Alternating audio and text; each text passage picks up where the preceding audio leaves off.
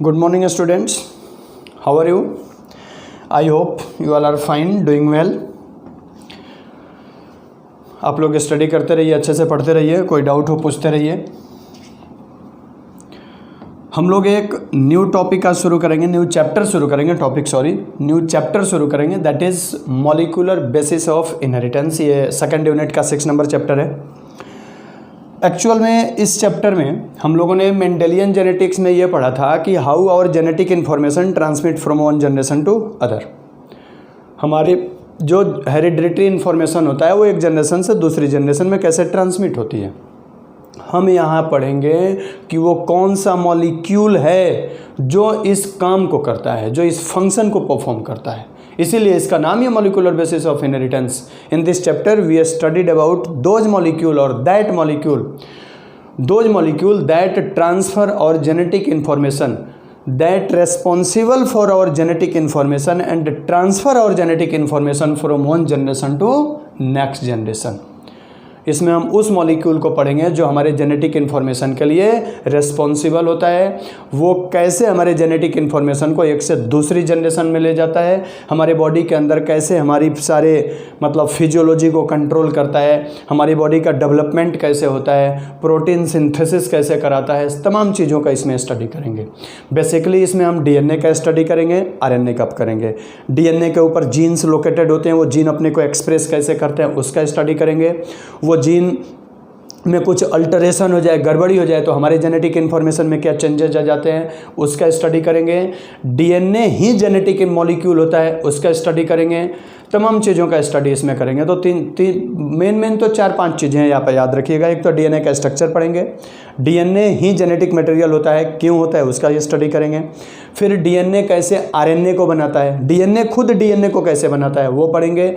फिर DNA RNA को कैसे बनाता है वो पढ़ेंगे। फिर आरएनए से प्रोटीन कैसे बनता है उसको पढ़ेंगे। फिर लास्ट में 2 एडिशनल टॉपिक है, एचजीपी और डीएनए फिंगरप्रिंटिंग। तो ये तमाम चीज़ों का स्टडी करेंगे। जो कि +1 में आपने पढ़ा होगा न्यूक्लिक एसिड। न्यूक्लिक एसिड जो होता है वो 2 तरह का होता है, एक डीएनए और दूसरा आरएनए। एक्चुअल में इस चैप्टर में मेनली हम लोग डीएनए के बारे में पढ़ेंगे। आरएनए हमारे सेल के अंदर फ्री स्टेट में नहीं होता है।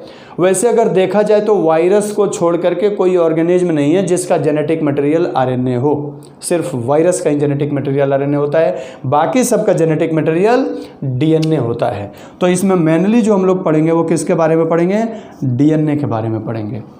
एक्चुअल में मॉलिक्यूलर बेसिस ऑफ इनहेरिटेंस उस समय जाके बहुत ज़्यादा एक्सपोज हुआ, उस समय जाके ये ओपन चैप्टर के रूप में आया जब डीएनए का पूरी तरह से स्टडी हो गया, डीएनए का स्ट्रक्चर एक्सप्लेन हो गया, न्यूक्लिक एसिड की डिस्कवरी हो गई। न्यूक्लिक एसिड की जब तक डिस्कवरी नहीं थी तब तक ये पजल था कि how our genetic information transmit from one generation to other. तो इसकी शुरुआत किया था एक साइंटिस्ट ने, नाम सुना होगा आपने +1 में जब न्यूक्लिक एसिड पढ़ा होगा तो नाम सुना होगा फ्रेडरिक मीचर का। फ्रेडरिक मीचर एक ऐसे साइंटिस्ट थे, अलग अलग 3-4 साइंटिस्ट हैं, उन 3-4 का नाम मैं लिख देता हूं। फ्रेडरिक मीचर, इन्होंने पहली बार न्यूक्लिक एसिड का डिस्कवरी किया था। किससे, ह्यूमन पस सेल से। हमारे पस सेल से WBC निकाला था, लिम्फोसाइट निकाला था और उसमें से न्यूक्लिक एसिड निकाला था। तो ये याद रखिएगा, nucleic acid was first discovered by Friedrich Miescher from human pus cell. लगभग इन्होंने 1869 में, हालांकि आपसे ईयर नहीं पूछेगा, आप ईयर नहीं याद रखना, आप ईयर वही याद रखना जो अगर एनसीईआरटी में दिया है। अदरवाइज एक तरह से देखा जाए तो एक न एक ईयर तो जरूर पूछता है हर साल नीट में, लेकिन अगर एनसीईआरटी में नहीं दिया है तो ये ईयर ना याद रखें। ये ऐसे नॉलेज कहीं बेकार नहीं जाता, याद रहा तो ठीक है, नहीं तो लर्न करने की बहुत ज़्यादा कोशिश न करें, लेकिन अगर कोई ईयर एनसीईआरटी में दिया है तो उसको ज़रूर याद रखें। तो Friedrich Miescher isolated nucleic acid from human pus cell, याद रखिएगा, Friedrich Miescher isolated nucleic acid from human pus cell, उस पस सेल से क्या निकला था, WBC, ल्यूकोसाइट्स। उसके बाद एक साइंटिस्ट आए जिनका नाम था हर्टविंग, दूसरे साइंटिस्ट आए एक चीज़, इन्होंने जो न्यूक्लिक एसिड डिस्कवर किया था वो न्यूक्लिक एसिड नाम नहीं दिया था, इन्होंने उसका नाम दिया था nuclein. He named it nuclein, he named it nuclein. उन्होंने क्या नाम रखा था उसका, न्यूक्लिक एसिड तो बाद में नाम पड़ा, हालांकि इन्हीं के स्टूडेंट ने दिया था। फ्रेडरिक मीचर कहीं एक स्टूडेंट थे जिनका नाम था अल्टमान। अल्टमान के पहले एक साइंटिस्ट आए थे, पहले उनको देखते हैं। अल्टमान के पहले इन्होंने 1869 के बाद 1984 में एक साइंटिस्ट आए जिनका नाम था हर्टविंग। यहाँ भी मैं अभी भी बोल रहा हूँ कि आप ईयर ना याद रखें, वो तो मैं सीरियली पढ़ा वो भी याद है, आपको भी भगवान का याद रहे ज़्यादा अच्छा रहेगा। 84 में हर्टविंग ने ये बोला था कि nucleic acid responsible for hereditary information. इन्होंने क्या बोला था, nucleic acid responsible for hereditary information. हमारी हेरिडिटरी इन्फॉर्मेशन के लिए रेस्पॉन्सिबल कौन होता है, न्यूक्लिक एसिड रेस्पॉन्सिबल होता है, या nucleic acid transmit our hereditary character from one generation to other generation. याद रखिएगा, यहाँ जगह नहीं है मैं सारा नहीं लिख रहा हूँ। थर्ड जो साइंटिस्ट आए उनका नाम था अल्टमान ने 89 के आसपास इन्होंने ये प्रूव किया था, student of Frederick मीचर,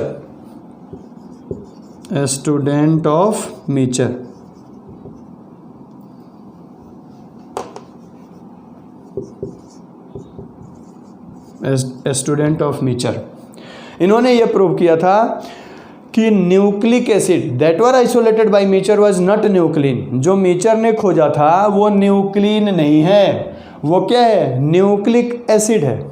Altmann gave the term nucleic acid instead of nuclein due to presence of phosphoric acid in it।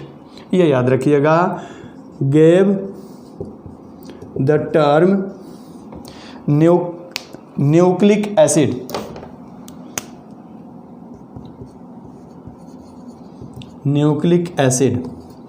instead of nuclein,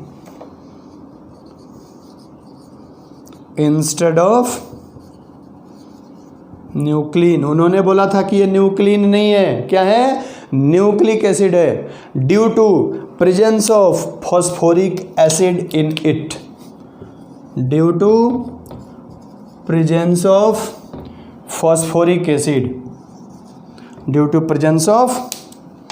phosphoric acid, उसके अंदर क्या होता है, फॉस्फोरिक एसिड होता है, H3PO4 होता है, इसीलिए उसको हम क्या बोलते हैं, न्यूक्लिक एसिड बोलते हैं, न्यूक्लिन नहीं बोलते हैं।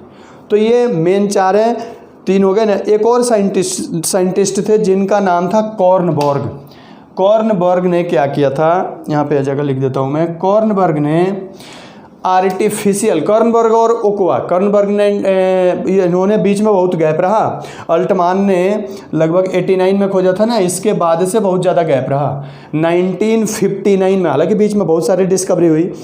मॉलिक्यूलर बेसिस को पढ़ने लगे तो 2 दिन तो लग जाएगा साइंटिस्टों का स्टडी करने में, हमारे पास उतना टाइम नहीं है। जो मेन थे उनका नाम मैंने बता दिया, जो पूछे जाते हैं कहीं ना कहीं। अदरवाइज साइंटिस्ट तो इसमें 50 क्या सैकड़ों हज़ारों मिलेंगे, सबका स्टडी हम नहीं कर सकते हैं, उतना जो ज़रूरी है उसको मैंने बताया है।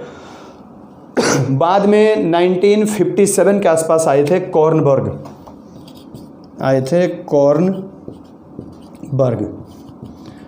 और एक आए थे सिवेरो ओकोआ, कॉर्नबर्ग एंड, इन्होंने, यहाँ भी मैं बोल रहा हूँ अभी भी आपको कि ईयर न याद रखें, एंड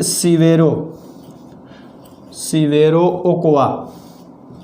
आप कॉर्नबर्ग और ओकोआ याद रखें, एक याद रखें कॉर्नबर्ग और दूसरा याद रखें ओकोआ। इन लोगों ने आर्टिफिशियल, या ये कह लो कि इन विट्रो यानी सेल के बाहर क्या किया था, डीएनए मॉलिक्यूल को सिंथेसाइज किया था। इसके लिए इन दोनों को 1959 में ज्वाइंट नोबेल प्राइज मिला था for synthesis of in vitro DNA. याद रखिएगा, they receive combined Nobel prize for in vitro synthesis of DNA. याद रखिएगा उसको, in vitro synthesis of DNA. DNA का इन विट्रो यानी सेल के बाहर सिंथेसिस किया था। तो ये 4 साइंटिस्ट थे जिन्होंने मॉलिक्यूलर बेसिस ऑफ इनहेरिटेंस की नींव रखी या बेस एस्टेब्लिश किया। उसके पहले तो ये बहुत ज़्यादा स्टेबल नहीं था या लगभग नहीं था। मॉलिक्यूलर बेसिस आपके सिलेबस में बहुत बाद में इसको ऐड किया है। अब यहाँ से हम लोग पढ़ते हैं, आखिर थोड़ा सा स्टडी लेते हैं कि न्यूक्लिक एसिड है क्या। +1 में पढ़े होंगे आप लोग न्यूक्लिक एसिड। तो देखते हैं यहाँ न्यूक्लिक एसिड आखिर होता क्या है, या न्यूक्लिक एसिड की शुरुआत कैसे होती है। डीएनए होता क्या है, डीएनए बनता कैसे है, डीएनए के क्या क्या कंपोनेंट होते हैं। पढ़ा होगा न्यूक्लिक एसिड जो होता है वो कई सारे न्यूक्लियोटाइड के मिलने से बना होता है। चूँकि पॉलीन्यूक्लियोटाइड कहीं भी मिलेगा तो मोनोमर का पॉलीमर होगा। मोनोमर कई सारे, जैसे ग्लूकोज का पॉलीमर पॉलीसेकेराइड होता है, एमिनो एसिड का पॉलीमर प्रोटीन होता है। उसी तरह से न्यूक्लियोटाइड का पॉलीमर न्यूक्लिक एसिड या पॉलीन्यूक्लियोटाइड होता है।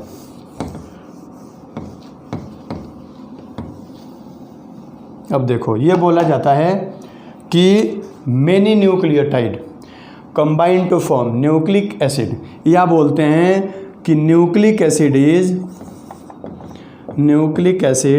Is polymer of nucleotide, is polymer of nucleotide, polymer of nucleotide, nucleic acid is polymer of nucleotide। अब कोई क्वेश्चन पूछ देगा भाई न्यूक्लियोटाइड क्या है जो पॉलीमर बना दिया। जैसे बताया जाता है कि polysaccharide is polymer of glucose या पॉलीमर ऑफ मोनोसेकेराइड। अब मोनोसेकेराइड क्या है, तो भाई कार्बन कंपाउंड पड़े हो गए, कार्बन हाइड्रोजन नाइट्रोजन 1:2:1 के रेशियो में हो। उसी तरह से पॉलीन्यूक्लियोटाइड क्या है, तो भाई न्यूक्लियोटाइड के कई सारे कंपोनेंट हो। अब न्यूक्लियोटाइड क्या है, तो न्यूक्लियोटाइड आइए देखते हैं न्यूक्लियोटाइड क्या है। इसको हम ऐसे भी लिख सकते हैं कि मेनी न्यूक्लियोटाइड बराबर न्यूक्लिक एसिड। ऐसे भी लिख सकते हैं कि मेनी न्यूक्लियोटाइड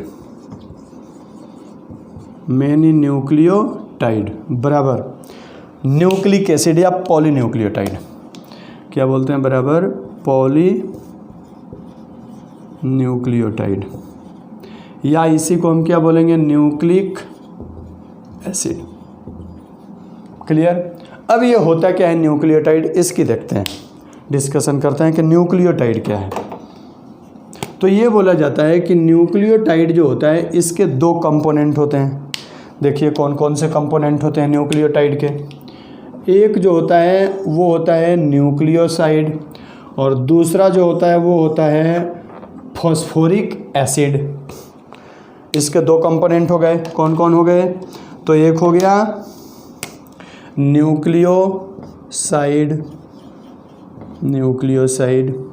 दूसरा जो कंपोनेंट हो गया वो क्या हो गया, फॉस्फोरिक एसिड।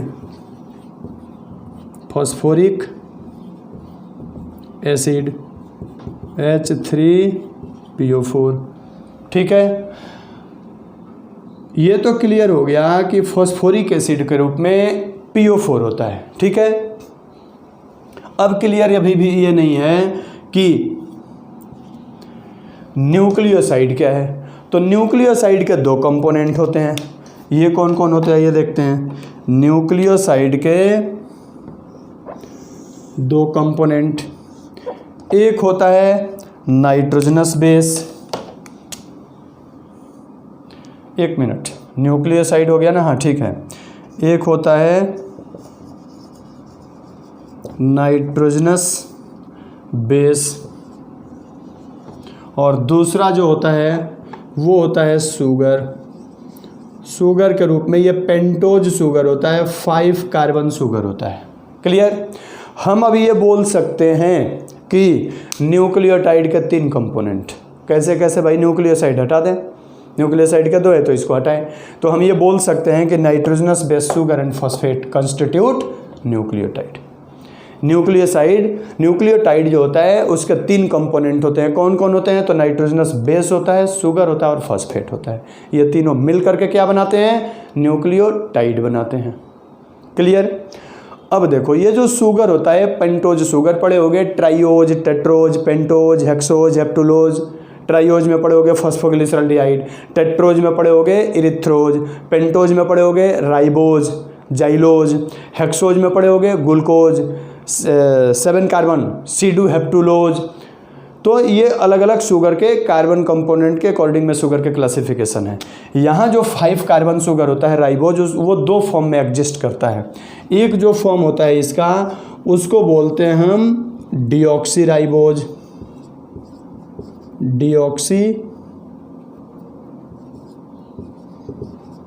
राइबोज, और दूसरा जो होता है उसको बोलते हैं राइबोज। तो ध्यान दीजिए यहाँ पे, वो नाइट्रोजनस बेस और फॉस्फेट जिसमें ribose sugar, deoxy ribose sugar होता है, उसको हम बोलते हैं डीऑक्सी राइबो न्यूक्लिक एसिड। फिर से सुन ले, वो नाइट्रोजनस बेस और फॉस्फेट जिसमें डीऑक्सी राइबोज शुगर होगा उसको बोलेंगे डीएनए या डीऑक्सी राइबो न्यूक्लिक एसिड, और वो नाइट्रोजनस बेस और फॉस्फेट जिसमें राइबोज शुगर होता है उसको बोलते हैं आरएनए या राइबो न्यूक्लिक एसिड। तो 2 तरह के न्यूक्लिक एसिड होते हैं, एक डीएनए, दूसरा आरएनए। अब थोड़ी सी कंफ्यूजन है नाइट्रोजनस बेस में है क्या। नाम से क्लियर है, base as you know, acid base, base है ये, नाइट्रोजन कॉन्टेनिंग बेस है, नाइट्रोजनस बेस है। एक कंफ्यूजन और भी है, नाइट्रोजनस बेस और फॉस्फेट दोनों एक साथ है, तो जब एसिड बेस मिलते हैं सॉल्ट बनता है, लेकिन यहाँ सॉल्ट नहीं बन रहा है। इसका ये न्यूक्लियोटाइड है या न्यूक्लिक एसिड है। न्यूक्लिक एसिड होने का कारण ये नेगेटिवली चार्ज होता है ये, फिर एसिड का नाम दिया गया, इसका न्यूक्लिक बेस नाम दिया जाना चाहिए था। इसमें क्या होता है कि जो इसका एसिडिक इफेक्ट होता है वो इसके बेसिक इफेक्ट से मोर स्ट्रॉन्गर होता है। वो क्यों होता है, जब डीएनए का स्ट्रक्चर पढ़ेंगे तो बताएंगे। नाइट्रोजनस बेस के 2 कंपोनेंट होते हैं। कौन कौन होते हैं? एक नाइट्रोजनस बेस का कंपोनेंट होता है जिसको हम बोलते हैं डबल रिंग कंपाउंड या हेट्रोसाइक्लिक, और एक जो सिंगल रिंग कंपाउंड होता है उसको बोलते हैं होमोसाइक्लिक। तो जो हेट्रोसाइक्लिक या डबल रिंग कंपाउंड होता है उसको बोलते हैं प्यूरिन बेस। मैं लिख देता हूँ, एक होता है हेट्रोसाइक्लिक या डबल रिंग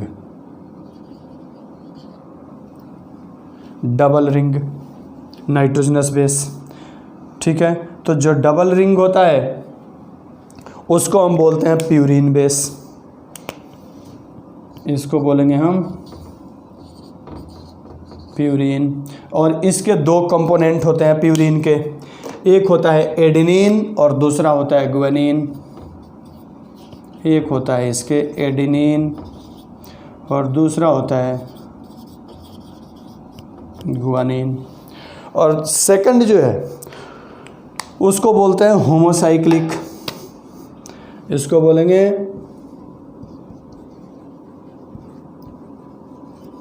होमोसाइक्लिक या सिंगल रिंग, और इसको बोलेंगे पाइरिमिडीन। तो एक प्यूरिन होता है और दूसरा जो होता है वो पाइरिमिडीन होता है, इसको बोलेंगे पाइरिमिडीन। पाइरिमिडीन के 3 टाइप्स होते हैं, साइटोसिन, थाइमिन और यूरेसिल। पाइरिमिडीन जो होता है वो 3 कंपोनेंट होता है इसका, एक होता है साइटोसिन, दूसरा होता है थाइमिन और तीसरा होता है यूरेसिल। अब देखो, इनमें से प्यूरिन बेस का एडेनिन, ग्वानिन और पाइरिमिडीन बेस का साइटोसिन, ये दोनों में कॉमन होता है। किस में कॉमन होगा? तो डीएनए और आरएनए में। डीएनए में भी एडेनिन होगा, गुआनिन होगा, साइटोसिन होगा। आरएनए में भी एडेनिन होगा, गुआनिन होगा, साइटोसिन होगा। Difference is in between thymine and uracil. Thymine is found in या attached in DNA, while uracil is found in RNA. तो इसमें जो डिफरेंस होता है वो थाइमिन और यूरेसिल का होता है। थाइमिन अटैच होता है किसमें? डीएनए में, और यूरेसिल अटैच होता है किसमें? आरएनए में। तो इस तरह से दो न्यूक्लिक एसिड हुए, डीएनए और आरएनए। एक चीज़ पूछा जाता है what is difference between, what is basic difference between DNA and RNA? Remember it, DNA contain deoxyribose sugar while RNA contain ribose sugar. ये बेसिक डिफरेंस यही होता है डीएनए आरएनए में। ऐसे डिफरेंस तो 20 हैं, मगर बेसिक डिफरेंस की बात करें तो डीएनए में क्या होता है? डीऑक्सीराइबोज शुगर होता है, आरएनए में क्या होता है? राइबोज शुगर होता है। तो ये बेसिक डिफरेंस होता है डीएनए और आरएनए में। तो दो तरह के न्यूक्लिक एसिड हमारे पास आए, एक डीएनए और एक आरएनए। हम लोग जो पढ़ेंगे वो पहले डीएनए पढ़ेंगे फिर आरएनए पढ़ेंगे। डीएनए ही आरएनए को बनाता है। कैसे बनाता है ये भी पढ़ेंगे। पहले डीएनए को बनाता है, that is called DNA replication. आगे मिलेगा ट्रांसक्रिप्शन, ऑटोकैटालिटिक और हेट्रोकैटालिटिक। ऑटोकैटालिटिक ट्रांसमिशन में डीएनए को बनाता है, और हेट्रोकैटालिटिक ट्रांसक्रिप्शन में डीएनए आरएनए को बनाएगा, फिर आरएनए से प्रोटीन बनेगा, तो प्रोटीन से प्रोटीन सिंथेसिस होगा। तो इस तरह से आगे चल के खैर ये मिलेगा। पहले तो डीएनए का स्ट्रक्चर पढ़ेंगे। तो ये पूरा का पूरा न्यूक्लियोटाइड था। याद रखिएगा, न्यूक्लिक एसिड जो बना होता है वो पॉलीमर होता है किसका? न्यूक्लियोटाइड का। और न्यूक्लियोटाइड के दो कंपोनेंट हो गए, न्यूक्लियोसाइड और फॉस्फेट। ये भी बोला जाता है कि न्यूक्लियोटाइड में से अगर हम फॉस्फेट माइनस कर दें तो क्या बचेगा? तो न्यूक्लियोसाइड बचेगा। यानी nucleotide minus phosphate is called nucleoside, या nucleoside plus phosphate is called nucleotide. याद रखिएगा। तो जो न्यूक्लियोसाइड होते हैं इसके दो कंपोनेंट होते हैं, नाइट्रोजनस बेस और शुगर। और अगर इन नाइट्रोजनस बेस और शुगर के साथ अगर फॉस्फेट ऐड हो गया तो वो न्यूक्लियोटाइड हो गया। और जब न्यूक्लियोटाइड हो जाएगा तो वो पॉलीमर बना देगा। पॉलीमर एक बार बन गया तो फिर ध्यान रहे, ना तो न्यूक्लियोसाइड का पॉलीमर नहीं बनेगा अगर फॉस्फेट ना रहे। दोनों को जोड़ने का काम करता है फॉस्फोडाइस्टर लिंकेज के थ्रू। तो अगर फॉस्फेट नहीं है, फॉस्फोरिक एसिड नहीं है, तो अकेला न्यूक्लियोसाइड पॉलीमर नहीं बना सकता। जुड़ जाएगा ये दोनों आपस में, नाइट्रोजनस बेस और शुगर आपस में अटैच हो जाएंगे, लेकिन पॉलीमर नहीं बनेगा। पॉलीमर क्यों नहीं बनेगा आगे इसको भी पढ़ेंगे हम लोग। दोनों को यानी कि एक न्यूक्लियोटाइड को दूसरे न्यूक्लियोटाइड से जोड़ने का काम ये फॉस्फेट करता है। ये भी है कि एक न्यूक्लियोटाइड दूसरे न्यूक्लियोटाइड से, या जो चेन होती है डीएनए की, वो एक से दूसरे के थ्रू जोड़ने का काम नाइट्रोजनस बेस करते हैं। उसमें डबल और ट्रिपल दो तरह के बॉन्ड मिलेंगे, जिसमें प्यूरिन और पायरिमिडिन आपस में जुड़ते हैं, जिसमें प्यूरिन का एडेनिन पायरिमिडिन के थाइमिन से जुड़ता है, और प्यूरिन का ग्वेनिन पायरिमिडिन के साइटोसिन से जुड़ता है। एडेनिन और थाइमिन के बीच में डबल हाइड्रोजन बॉन्ड होता है, और ग्वेनिन और साइटोसिन के बीच में ट्रिपल हाइड्रोजन बॉन्ड होता है, जो दोनों चेन को एस्टेब्लिश करते हैं। खैर ये आगे पढ़ेंगे अभी हम लोग। यहाँ पे ये ध्यान रखिएगा, दो तरह के न्यूक्लिक एसिड हमें मिले, एक डीएनए मिला और दूसरा आरएनए मिला। ये दो न्यूक्लिक एसिड थे। अब इस दोनों न्यूक्लिक एसिड का एक्सप्लेनेशन नेक्स्ट टॉपिक में करते हैं, नेक्स्ट लेक्चर में करते हैं।